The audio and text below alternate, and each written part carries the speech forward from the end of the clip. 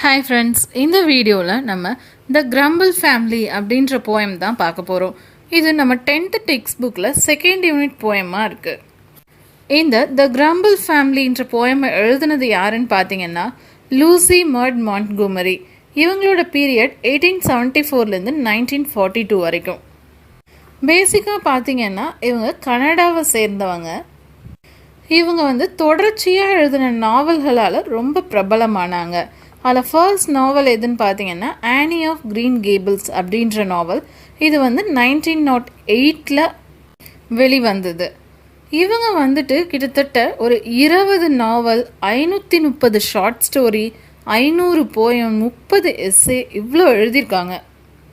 Montgomery அவர்கள் பார்த்தீங்கன்னா 1897லேருந்து 1907க்குள்ளே, அதாவது இந்த 10 வருஷத்தில் கிட்டத்தட்ட 100 கதைகள் எழுதியிருக்காங்க. இவங்களுடைய எழுத்துக்கள், டைரி, அதுக்கப்புறம் லெட்டர், இது எல்லாத்தையுமே இந்த உலகம் முழுக்கும் இருக்கிற வாசகர்களும் சரி, அறிஞர்களும் சரி படிக்கிறாங்க. ஆக்சுவலாக இந்த த கிரம்பிள் ஃபேமிலி அப்படின்ற இந்த போயமில் போயட் எதை பற்றி சொல்லியிருக்காங்கன்னா, நம்ம அக்கம் பக்கத்தில் நடக்கிற காட்சிகளை தான் நமக்கு காட்சிப்படுத்தியிருக்காங்க. வாங்க இந்த போயம் படிக்கிறது மூலமாக நாம் எப்படி நம்மளுடைய வழிகளை திருத்திக்கணும் அல்லது சரி செஞ்சுக்கணும் அப்படின்னு பார்க்கலாம். வாங்க இப்போ போயமுக்கு போகலாம். There is a family nobody likes to meet. They live, it is said, on complaining street. In the city of never or satisfied, the river of discontent beside. There is a family nobody likes to meet. அதாவது அங்கே ஒரு family இருக்குது, யாருமே அவங்கள meet பண்ணுறதுக்கு விரும்ப மாட்டாங்க. They live, it is said, on complaining street. அவங்க வாழ்ந்துட்டு இருக்கிற, அதாவது அவங்க வீடு இருக்கிற அந்த தெரு பேர் கம்ப்ளைனிங் ஸ்ட்ரீட் அப்படின்றாங்க. அதாவது எப்போ பார்த்தாலும் புலம்பிகிட்டே இருக்கிற, குறை சொல்லிகிட்டே இருக்கிற தெரு அப்படின்றாங்க. In the city of never or satisfied. அந்த தெரு எந்த சிட்டியில் இருக்குது அப்படின்னா எப்போதுமே திருப்தி அடையாத ஒரு city. The river of discontent beside. அது மட்டும் இல்லாமல் அவங்க இருக்கிற அந்த இதுக்கு பக்கத்துலேயே அதிருப்தி அப்படின்னு சொல்லக்கூடிய ஒரு ஆறு ஓடுது அப்படின்றாங்க. செகண்ட் ஸ்டென்ஸை பார்க்கலாம். They growl at that and they growl at this. Whatever comes, there is something amiss. And whether their station be high or humble, they are all known by the name of grumble. They growl at that and they growl at this. அதாவது அதை பார்த்தாலும் சரி, இதை பார்த்தாலும் சரி, அந்த crumble ஃபேமிலியில் இருக்கிறவங்க புலம்பிக்கிட்டே இருப்பாங்க. Whatever comes, there is something amiss. எது வந்தாலும் சரி, எதை பார்த்தாலும் சரி, அதில் ஏதோ ஒரு தப்பு இருக்குது அப்படிம்பாங்க. And whether their station be high or humble. அதாவது அவங்களோட நிலை உயர்வாக இருந்தாலும் சரி, இல்லை கொஞ்சம் தாழ்வாக இருந்தாலும் சரி, எதுக்கு எடுத்தாலும் புலம்புவாங்க, எதுலேயுமே திருப்தி அடைய மாட்டாங்க. அதனால தான் they are all known by the name of grumble. அதனால தான் அந்த ஃபேமிலி கிரம்பிள் அப்படின்ற பேரால் அறியப்படுறாங்க. The weather is always too hot or cold. Summer and winter alike they scold. Nothing goes right with the folks you meet down on that gloomy complaining street. அங்கே weather பார்த்தீங்கன்னா எப்போவுமே ஒன்று ரொம்ப ஹாட்டாக இருக்கும், இல்லை ரொம்ப சில்லுன்னு கோல்டாக இருக்கும். ஆனால் சம்மர்னாலும் சரி, வின்டர்னாலும் சரி, ரெண்டுத்துக்குமே அந்த கிரம்பிள் ஃபேமிலி ஒன்று போல் திட்டுவாங்க. அதாவது இப்போ சம்மராக இருந்துச்சுன்னா ஐயோ இவ்வளோ வேர்வையாக இருக்கே, இவ்வளோ ஹாட்டாக இருக்கே அப்படின்னு திட்டுவாங்க. இதே வின்டராக இருந்துச்சுன்னா ஐயோ இப்படி குளிருதே, சில்லுன்னு இருக்கே அப்படின்னு புலம்புவாங்க. Nothing goes right with the folks you meet down on the gloomy complaining street. அதாவது அந்த இருண்ட கம்ப்ளைனிங் ஸ்ட்ரீட் வழியாக வேறு யாராவது வெளியால் போனாங்க அப்படின்னா ஒன்றுமே சரிப்படாததா, எதுவுமே சரியாக வராது. அடுத்த ஸ்டென்ஸை பார்க்கலாம். They growl at the rain and they growl at the sun. In fact, their growling is never done. And if everything pleased them, there isn't a doubt they'd growl that they had nothing to grumble about. they growl at the rain and they growl at the sun. அதாவது அவங்க மழையை பார்த்தாலும் புலம்புவாங்க, வெயிலாக இருந்தாலும் புலம்புவாங்க. In fact their growling is never done. சொல்லப்போனால் அவங்களுடைய புலம்பலுக்கு ஒரு முடிவே கிடையாது. And if everything pleased them, there isn't a doubt they growl that they had nothing to grumble about. இப்போ சப்போஸ் எல்லாம் நல்லபடியாக நடக்குது, எல்லாமே அவங்களுக்கு மகிழ்ச்சியை கொடுக்குதுன்னு வச்சுப்போம். உங்களுக்கு சந்தேகமே வேண்டாங்க, புலம்புறதுக்கு எதுவும் இல்லையேன்னு சொல்லியே அவங்க புலம்புவாங்க. But the curious thing is that not one of the same can be brought to acknowledge his family name. For never a grumbler will own that he is connected with it at all, you see. But the curious thing is that not one of the same can be brought to acknowledge his family name. அதாவது ஆனால் இதில் விந்தையான ஒரு விஷயம், அதாவது ஆச்சரியமான ஒரு விஷயம் என்னென்னா, அந்த ஃபேமிலியோட பேர் கிரம்பிள் ஃபேமிலி, அவங்கெல்லாம் கிரம்ப்ளர்ஸ் அப்படின்றத அவங்க ஒரு காலம் ஒத்துக்கவே மாட்டாங்க. For never a grumbler will own that he is connected with it at all, you see. ஆமாம், எப்பயுமே கிரம்ப்ளர் தான் ஒரு கிரம்ப்ளர்ன்றதை ஒத்துக்க மாட்டாங்க தானே. நெக்ஸ்ட் ஆன்சர் பாருங்க. The worst thing is that if anyone stays among them too long, he will learn their ways. And before he dreams of the terrible jumble, he is adopted into the family of grumble. The worst thing is that if anyone stays among them too long, he will learn their ways.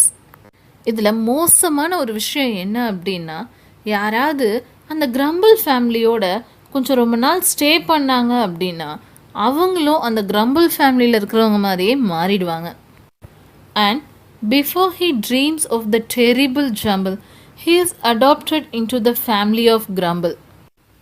அங்கே என்னடா இப்படியெல்லாம் தப்பாக தாறுமாறாக நடக்குதே அப்படின்னு அவங்க யோசிக்கிறதுக்குள்ள, அப்படின்னு அவங்க உணர்றதுக்குள்ள அந்த கிரம்பிள் ஃபேமிலியோட தங்கி இருக்கிறவங்க அந்த ஃபேமிலியோட வழிகளுக்கு அட்ஜஸ்ட் ஆகிடுவாங்க. அதாவது அந்த ஃபேமிலியோட வழிகளை பின்பற்றி அதை கற்றுக்கிட்டு இவங்களும் ஒரு கிரம்ப்ளர் ஆகிடுவாங்க. And so it were wisest to keep our feet from wandering into complaining street. And never to growl whatever we do, lest we be mistaken for grumblers too. And so, it were wisest to keep our feet from wandering into complaining street. So, நம்ம புத்திசாலியாக இருக்கணும், புத்திசாலியாக இருக்கிறோம் அப்படின்னா நம்மளுடைய கால்களை அந்த complaining street பக்கம் வைக்கவே கூடாது. And never to growl whatever we do, lest we be mistaken for grumblers too. அங்கே போய் சும்மா பார்ப்போம், அப்படி சுற்றி பார்ப்போம் அப்படின்னு சொல்லிட்டு அந்த கம்ப்ளைனிங் ஸ்ட்ரீட் பக்கம் போகவே கூடாது. And never to growl whatever we do. நம்ம என்ன பண்ணாலும் சரி எப்போதும் எதுக்குமே புலம்பக்கூடாது. அப்படி இல்லைன்னா நம்மளே எல்லாரும் கிரம்ப்ளர்ஸ்ன்னு சொல்ல ஆரம்பிச்சிருவாங்க. அடுத்து லாஸ்ட் ஆன்சர் பாருங்க. Let us learn to walk with a smile and a song, no matter if things do sometimes go wrong. And then, be our station high or humble, we'll never belong to the family of grumble. அடுத்து last answer பாருங்க. Let us learn to walk with a smile and a song, no matter if things do sometimes go wrong. So நம்ம எப்போதுமே ஒரு சின்ன புன்னகையோட ஒரு இதமான பாடலோட அப்படியே நடக்க பழகிக்கணும். இதே சில சமயங்களில் சில விஷயங்கள் ஏதாவது தப்பாக கூட நடக்கலாம். அப்படி நடந்தாலும் அதுக்காக கவலைப்படக்கூடாது, அதுக்காக புலம்பக்கூடாது. And then be your station high or humble, we'll never belong to the family of grumble. நம்ம உயர்ந்த நிலையில் இருந்தாலும் சரி, இல்லை கொஞ்சம் தாழ்வான நிலையில் இருந்தாலும் சரி, அதுக்காக நம்ம ஒரு நாளும் புலம்பக்கூடாது.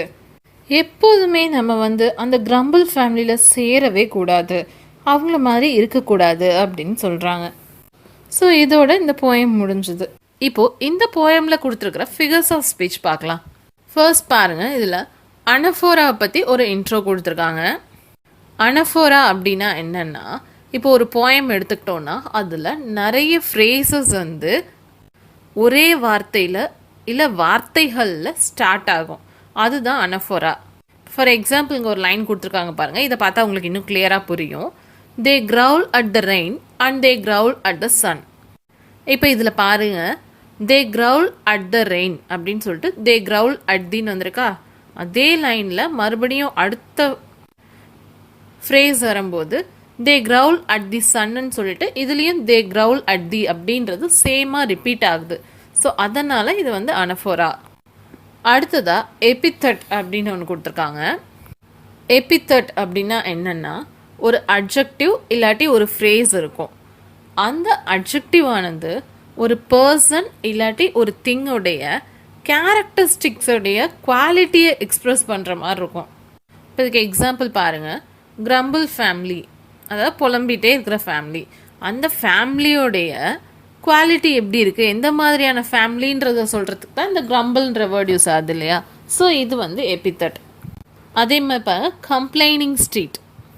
அந்த ஸ்ட்ரீட்டு எப்படிப்பட்டது அப்படின்றத இந்த கம்ப்ளைனிங்ன்ற வேர்ட் வச்சு நம்ம தெரிஞ்சுக்கிறோம். ஸோ அதனால் இது எபித்தட். ஒரு லைன் கொடுத்துட்டு அதில் அலிட்ரேஷனை ஐடென்டிஃபை பண்ண சொல்கிறாங்க. என்ன லைன்னு பார்க்கலாம். And weather the station be high or ஹம்பிள்னு கொடுத்துருக்காங்க. ஃபஸ்ட்டு அலிட்ரேஷன்னா என்ன? சேம் கான்சனன்ட் சவுண்ட் ரிப்பீட் ஆகிறது தானே அலிட்ரேஷன். இதில் எந்தெந்த வேர்ட்ஸில் அந்த சேம் கான்சனன்ட் சவுண்ட் ரிப்பீட் ஆகுது? ஹை, ஹம்பிள் அப்படின்னு சேமாக வருதா? ஸோ இதில் அலிட்ரேஷன் வந்து ஹை, ஹம்பிள். அடுத்து பாருங்கள், இந்த போயமில் அலிட்ரேஷனுக்கு வேறு எக்ஸாம்பிள்ஸ் கொடுங்க அப்படின்னு கேட்டிருக்காங்க. ஸோ இப்போ இந்த போயமில் அலிட்ரேஷன் வந்திருக்கிற சில லைன்ஸ் பார்க்கலாம். இந்த லைன் பாருங்கள். They would growl that they had nothing to grumble about. இதில் எது அலிட்ரேஷன்? growl, grumble அப்படின்னு வந்திருக்கிறதால அலிட்ரேஷன். அடுத்து இந்த லைன் பாருங்க. among them too long he will learn their ways. இதில் பாருங்க, long learn வந்திருக்கு. அடுத்து let us learn to walk with a smile and a song. இதில் பாருங்க, let learnன்றது அலிட்ரேஷன். அதே மாதிரி ஸ்மைல், சாங்னு அந்த எஸ் சவுண்ட் வந்திருக்கிறதால அதுவும் அலிட்ரேஷன். அடுத்து பாருங்கள், ஒரு ஸ்டான்ஸாக கொடுத்துட்டு ரைமிங் வேர்ட்ஸை ஐடென்டிஃபை பண்ணி அது என்ன ரைமிங் ஸ்கீம்னு சொல்லியிருக்காங்க. ஸ்டான்ஸாக பார்க்கலாம். The weather is always too hot or cold, summer and winter alike this cold, nothing goes right with the folks you meet down on the gloomy complaining street. இப்போ இதில் பாருங்கள், என்னென்ன words first rhyming words identify பண்ணலாம். Cold, scold, meet, street, இதெல்லாம் rhyming words. இப்போ இது என்ன rhyming ஸ்கீம்னு பார்க்கலாம். ஃபர்ஸ்ட் லைனில் என்ன வந்திருக்கு? கோல்டு. கோல்டுக்கு ஏ போட்டுக்கலாமா? செகண்ட் லைனில் என்ன வந்திருக்கு? ஸ்கோல்டு. அதே மாதிரியான ப்ரொனன்சியேஷன் வருதா? ஸோ இதுக்கும் ஏ போட்டுக்கலாம்.